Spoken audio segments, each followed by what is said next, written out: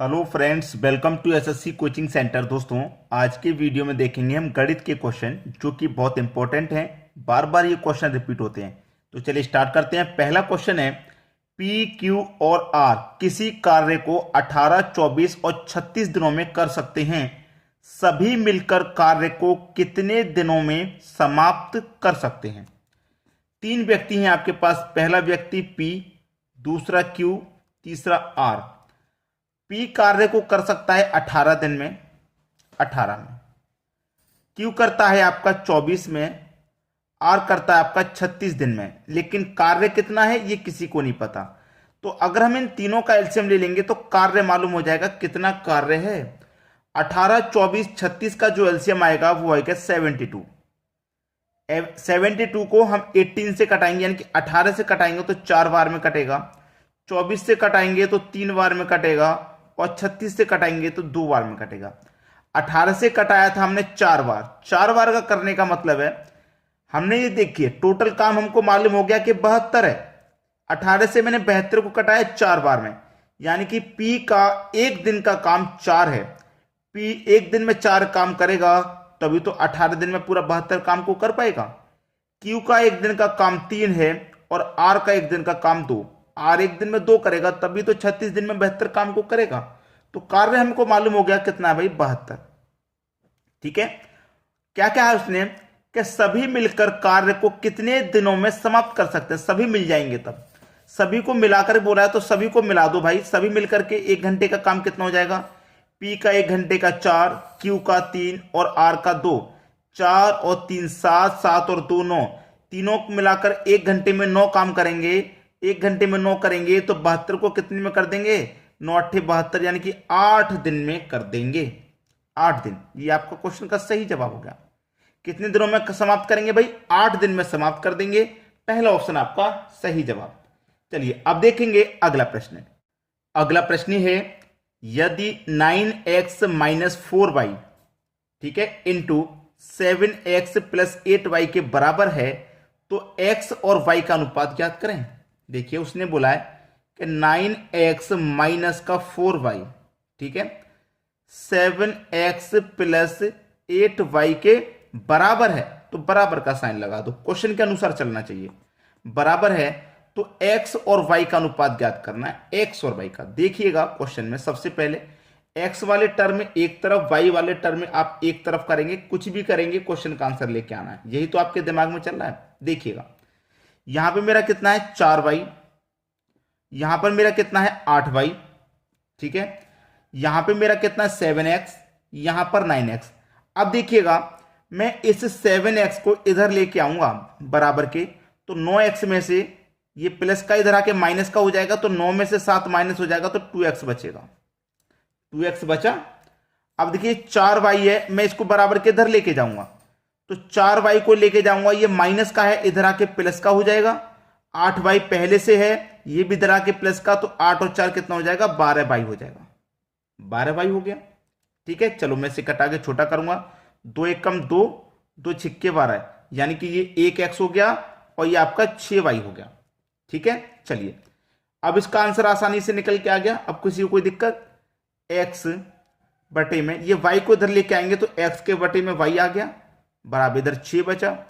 1 को इधर लेके जाएंगे तो 6 के बटे में 1 आ जाएगा। अब इसमें सीधा सीधा x का मान 6 है, y का 1, x अनुपात y पूछ रहा है ना आपसे कि x और y का अनुपात, तो x का मान 6 निकल के आ गया और y का मान 1 निकल के आ गया, तो 6 अनुपात 1 आपका सही जवाब है, जो किसी ऑप्शन में, ये बिल्कुल सही जवाब। अब देखते हैं अगला प्रश्न। अगला प्रश्न है, प्रश्न चिन्ह के स्थान पर कौन सी संख्या आएगी।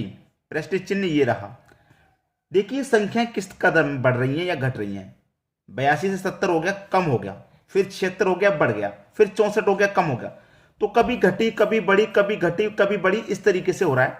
देखिएगा 82 से 70 हो गया तो माइनस का 12 हुआ, फिर 70 से 76 हो गया तो प्लस का 6 हुआ, फिर 76 से 64 हो गया फिर से माइनस का 12, और 64 से 70 हो गया फिर से प्लस 6, फिर 70 से 58 हो गया फिर से माइनस का 12। तो यहां पे क्या आएगा, -12 प्लस 6 -12 प्लस 6 -12 प्लस 6, कितना करेंगे भाई? प्लस का 6। 58 में प्लस 6 कर देंगे, कितना हो जाएगा? यहाँ पे 64 आ जाएगा, क्वेश्चन मार्क की जगह 64, 64, यानी कि सी ऑप्शन बिल्कुल सही हो गया। अब देखेंगे अगला प्रश्न। अगला प्रश्न है, कोई निश्चित राशि 2 वर्षों में स्वयं की 2.25 हो जाती है, यदि यह वार्षिक रूप से संयोजित की जाती है तो ब्याज की दर ज्ञात करें। ब्याज की दर, ठीक है।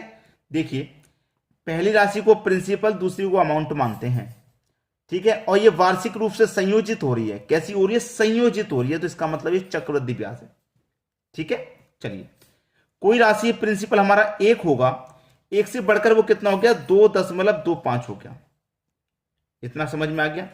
तो यहां से आप दशमलव को हटाएंगे, दशमलव के बाद 2 संख्या हैं तो इधर 2 जीरो बढ़ जाएंगे, तो इधर ये क्या हो जाएगा? 100, इधर हो जाएगा 225। अब प्रश्न 2 वर्ष के लिए होता है तो स्क्वायर रूट कर देते हैं, और 3 वर्ष के लिए होता है तो क्यूब रूट कर देते हैं। तो 100 का स्क्वायर रूट 10 हो जाएगा, 225 का 15 हो जाएगा। कोई राशि 10 थी, 10 से हो गई 15, तो ब्याज उस पर कितना मिल गया? 5 का। कितने पर? 10 पर। और प्रतिशत के लिए 100 से मल्टीप्लाई, 10 से कट जाएगा 100 10 बार में, और 5 का मल्टीप्लाई 10 से कर दो तो 50, यानी कि 50% है आपका सही जवाब। यहां पे भी पहला ऑप्शन सही होगा। क्लियर है? अब देखेंगे अगला प्रश्न। अगला प्रश्न है, षष्ठभुज के सभी अंतः कोणों का योग डिग्री में क्या होगा? अंतः कोणों का योग, अंतः कोणों का योग का फॉर्मूला क्या होता है? योग निकालना हमें, तो n-2 इन 2 का 180 डिग्री अंतः कोण निकालने के लिए होता है ये, ठीक है। चलिए, n का मान क्या है? कैसा क्वेश्चन है? षष्ठभुज, यानी कि हमारे पास 6 भुजा वाला, षष्ठभुज का मतलब है 6 भुजा वाला, जो हमारे पास कोण है वो षष्ठभुज है, 6 कोण वाला। n का मान हो गया 6, -2 इंटू 180 डिग्री, 6 में से 2 माइनस कर दूंगा, 4 बचेगा, इंटू 180 डिग्री। 18 का मल्टीप्लाई 4 से कर दो तो 72, और एक ही जीरो, यानी कि 720 डिग्री। ये आपका आंसर हो गया 720, सी ऑप्शन बिल्कुल सही जवाब। क्लियर है सभी को? चलिए, अब देखेंगे अगला सवाल। अगला क्वेश्चन है, ए, बी और सी की आयु का अनुपात 3, 4, 5 है। यदि उनकी आयु का औसत 24 वर्ष है तो बी और सी की आयु का योग क्या है? 3 व्यक्ति हैं, ए, बी और सी, यही तो है, तीनों का अनुपात भी है 3, 4, 5, 3, 4, 5 है तीनों का अनुपात, ठीक है। अब हमें क्या दे रखा है? उनकी आयु का औसत दे रखा है 24 वर्ष का। औसत कितना है? 24। अब मैं आपको हर बार बताता हूं कि जब आपको जो चीज दी जाए क्वेश्चन में, हम अनुपात का वही कर लेते हैं। जैसे योग दिया जाए तो अनुपातों का योग, अंतर दिया जाए तो अनुपातों का अंतर, गुणनफल दिया जाता है तो अनुपातों का गुणन, एलसीएम दिया जाता है तो अनुपातों का एलसीएम।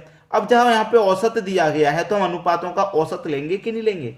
औसत कैसे लेते हैं? जितनी संख्या सभी का योग कर लो, तो 3, 4, 7, 5, 12, जितनी संख्या उतने से डिवाइड कर दो, 1, 2, 3 संख्या 3 से डिवाइड कर दो, 3 चौके 12, यानी कि औसत कितना आ गया? 4। अनुपात का औसत 4 आ गया, तो इस औसत में अनुपात के औसत से डिवाइड कर दो, 4, 6, 24, 6 बार में जाएगा, 6 बार में जाएगा। अब पूछा क्या है? बी और सी की आयु का योग क्या है? बी और सी की आयु का योग, तो बी की आयु निकाल लो और सी की निकाल लो, तो 6 का गुना 4 से कर देंगे, क्योंकि बी का अनुपात 4 है, तो 24, 6 पंजे 30, दोनों की आयु निकल के आ गई, दोनों का योग पूछा, योग कर लीजिए। 24 और 30 कितना हो जाएगा? 54, 54 वर्ष है योग इनका। खत्म क्वेश्चन, बी ऑप्शन आपका बिल्कुल सही जवाब। तो दोस्तों, आज के वीडियो में इतना ही। वीडियो देखने के लिए आपका बहुत बहुत धन्यवाद।